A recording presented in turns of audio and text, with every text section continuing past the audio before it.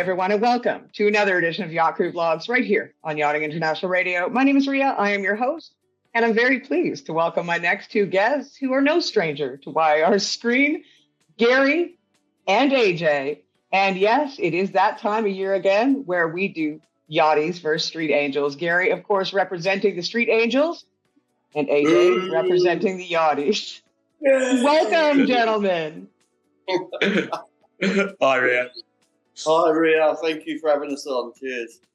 Yeah, of course. It's almost like a rite of passage every single year. And actually, I was telling Gary before we got on screen that it was exactly a year ago today that you guys did your match last year. Oh, yeah, it was a year ago, wasn't it? Yeah, of course. Yeah. November again. I should have said thanks for letting Gary come back. That's what I should have said. So it was a year ago today. What was the score? Oh, here we go. I seriously can't remember. We played a few matches. Okay, Rhea, I knew he was going to start with this. So, Gary asked me what the score was last year in the charity match. And he knows what the score was because they beat us 5-0. But, yeah, they won fair and square, the Street Angels. They played very well. But in my defence, I had a lot of Saffers in my team, and it was the Rugby World Cup. And that's right, yeah. Half of them didn't turn up because it was a Sunday and they were on the old jolly. Didn't turn up, so I didn't have. Well, I think I only had 10 players in the end out of 20. So, Rhea, would you question the manager of the team? Sounds like there's a discipline problem there.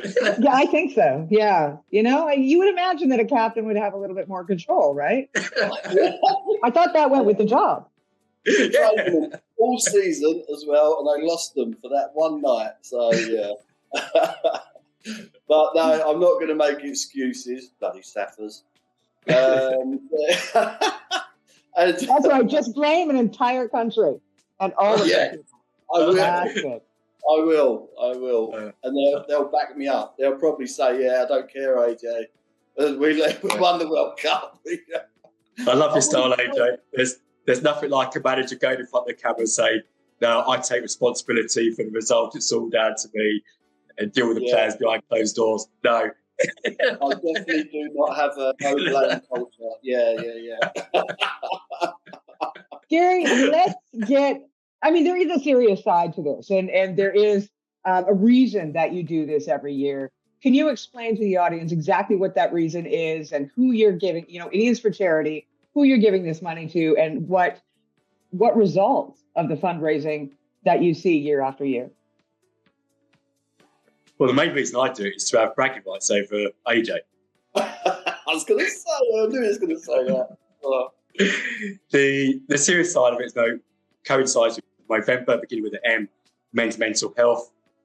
And that's the real focus of really encouraging men to take their mental health seriously. And it's well prescribed, well advertised that us men in particular do not talk enough. I wouldn't say we don't talk because some of us do, but we still need more safe spaces, whether that's on a one-to-one with another mate, whether it's in a professional capacity or whether it's groups of men coming together to discuss life issues. And so really the whole purpose of the football match is to create that awareness and to get more people involved and spread it in regards to men coming together. And let's really promote being brothers in arms. And in terms of the calls that you asked for, the regular call charities are Cancer Support to Mallorca, Yachting Gives Back, and Street Angels. And we've seen steadily over, is this the third year now, AJ? Yeah, I believe it's the third year. Yeah. And this is, outside of this, we have the Man World Cup, as you're aware of, in October and April. So we've seen it steadily increase in terms of promotion, people getting involved and really coming on board. And the ultimate goal, as well as promoting men's mental health, is creating a community spirit. And that's what we found, particularly the last Man World Cup, November last year. It was really children getting involved, families, and just sharing that time together and feeling that, especially in the winter period, you're not on your own. Well, that was one thing I was going to ask you as well, is because last year, you decided to create more of a family atmosphere as well, because the first year it was more just about the football match. But last year, you sort of pulled in and there was going to be some family activities and everybody was invited. How did that go? AJ? Yeah, no, it went really well, didn't it? Apart from the score, 5-0, before Gary says. That went really well. We got the kids together. They ended up having a match together. So the mini Yachties and the mini Street Angels, should we say, went out and had a match, which was fun. Tug of wars were done. Yeah. There was a barbecue. We laid on all the drinks and stuff. So, yeah, it was a good day. We had like a penalty shootout competition, prizes given away. There's a raffle with lots of decent prizes as well. It was good prizes were given by a lot of the local community and stuff. So that was really nice for them to come up and attend. They all attended as well. So that was nice touch as well for them to give it away. And just hope it's the same again this year. I'm sure there's been a lot of interest already. So I'm sure it's going to be the same this year as well. So what date is it this year? November the 3rd. I've told everyone to get down there for about midday, 12:30. That's when it all kicks off. And you'll see some of the superstar yachty players come in around 12 o'clock training. And so there's no rugby this year. There's no rugby. You've avoided that this year. There's no rugby, so I've got a full team. So yeah, we're good to go, and they're fighting fit. They're even going to have a training session without me on Thursday, so I'll probably be the unfittest one. But we're looking forward to it. So 12 o'clock kickoff down at Son Ferrer. Yeah, try and get down there as early as possible. Well, the children are 1:30, adults 2:30. Okay, don't tell my team that. But feel free to get down at 12 p.m. with your team, and they can have a good game, a warm-up before the game starts. They'll be practiced out by the time the game comes around. Gary's open for that. I've just made them get down there an hour early so I can call in the backups just in case. So, Gary, if somebody wants to support you guys and isn't able to be at the game or to participate this year, is that a possibility? Can they donate money or work with you guys in any way? Yes, there's been regular promotions on the various social media platforms, most notably Facebook, Instagram. They go to our website, daily, just do the Movember match or the gap counselling, and it will take you very quickly to the different charities where you'll be able to donate directly to either of the charities or all three. Nice. And AJ, who are your sponsors this year? Because I think you've got a few extras that are a bit bigger than last year. Yeah, we've stepped it up this year. We've got some really good ones. RMA, always the sponsor of the group, of the match, sorry. A to Z Yachting have sponsored again this year. Burgess as well, good. Ibex Insurance, they've done every game as well, haven't they, Gary? Yeah, faithful. Synergy Homes have sponsored as well. I think Scout Recruiting have come on board. Wave Uniform have supplied us the kit again this season, so thanks to them. Who else we got?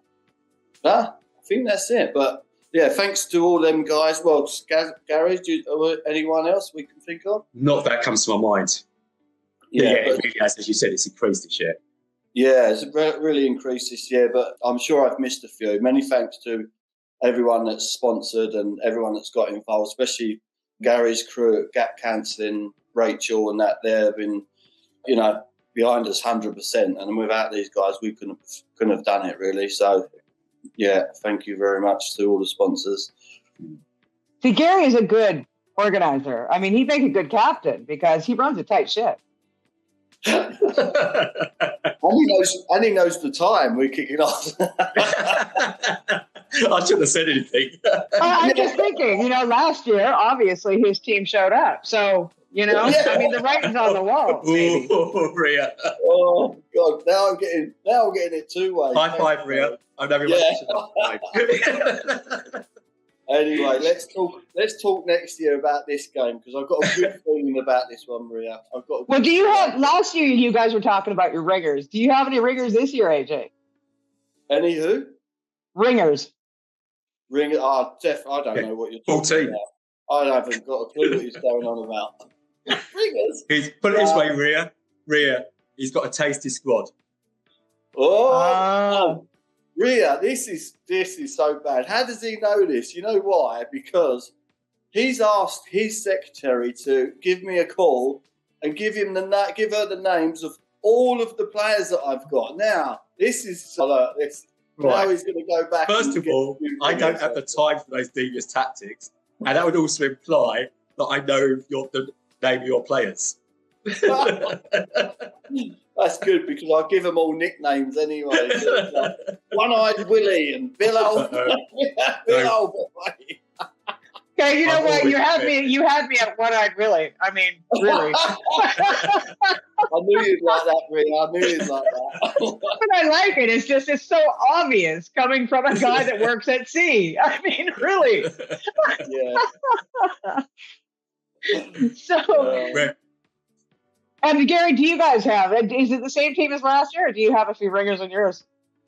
We haven't got space for ringers, so we actually have almost the opposite problem, whereby we've generated another team counter support because fortunately AJ didn't have a team for the Man World Cup due to the season.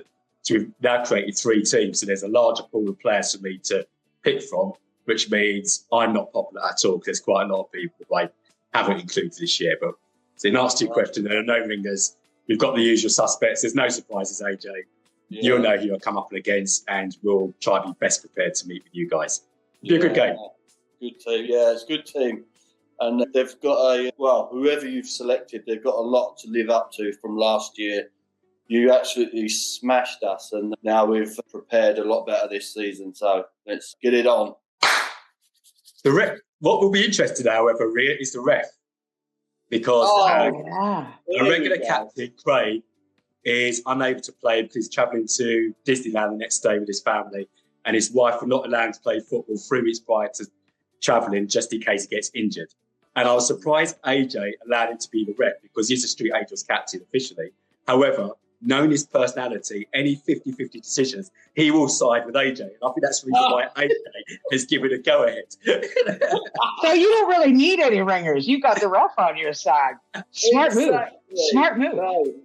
He's the captain of the Street Angels. I couldn't.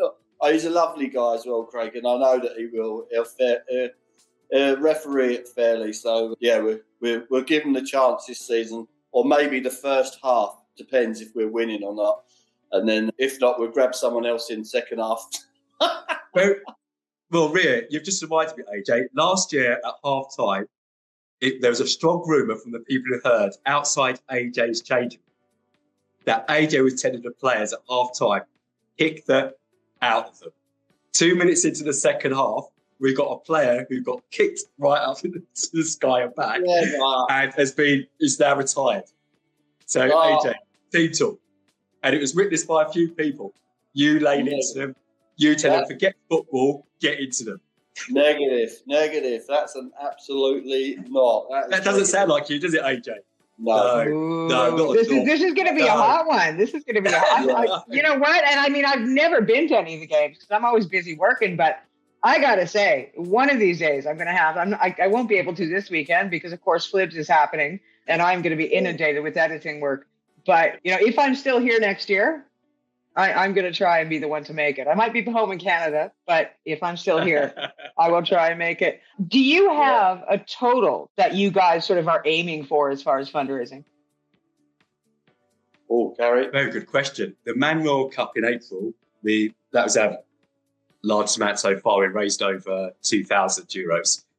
So I think if we match that, I think that was the same. We done that for the November last year as well. I think. Yeah, we raised. I think in total it was about 1,600 after expenses afterwards. So we raised it. So if we can match that, and if we get 2,000 again or plus, it'll be a fantastic achievement. Yeah, I believe we will because we already has people sponsoring us who've donated, respectable amounts. So. Yeah, brilliant. Yeah, I think we'll smash it this year. Yeah. I'd be quietly hoping for around the 3,000. That'd be let's go for another grand. Yeah. Well, it's the same location as last year? Yeah, AJ?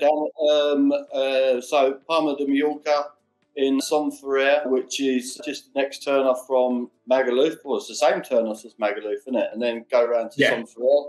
Yeah. My boys are going to be there from 12:30, and Gary was, they're lazy, so they won't be there till 1:30. We'll be the boys in white.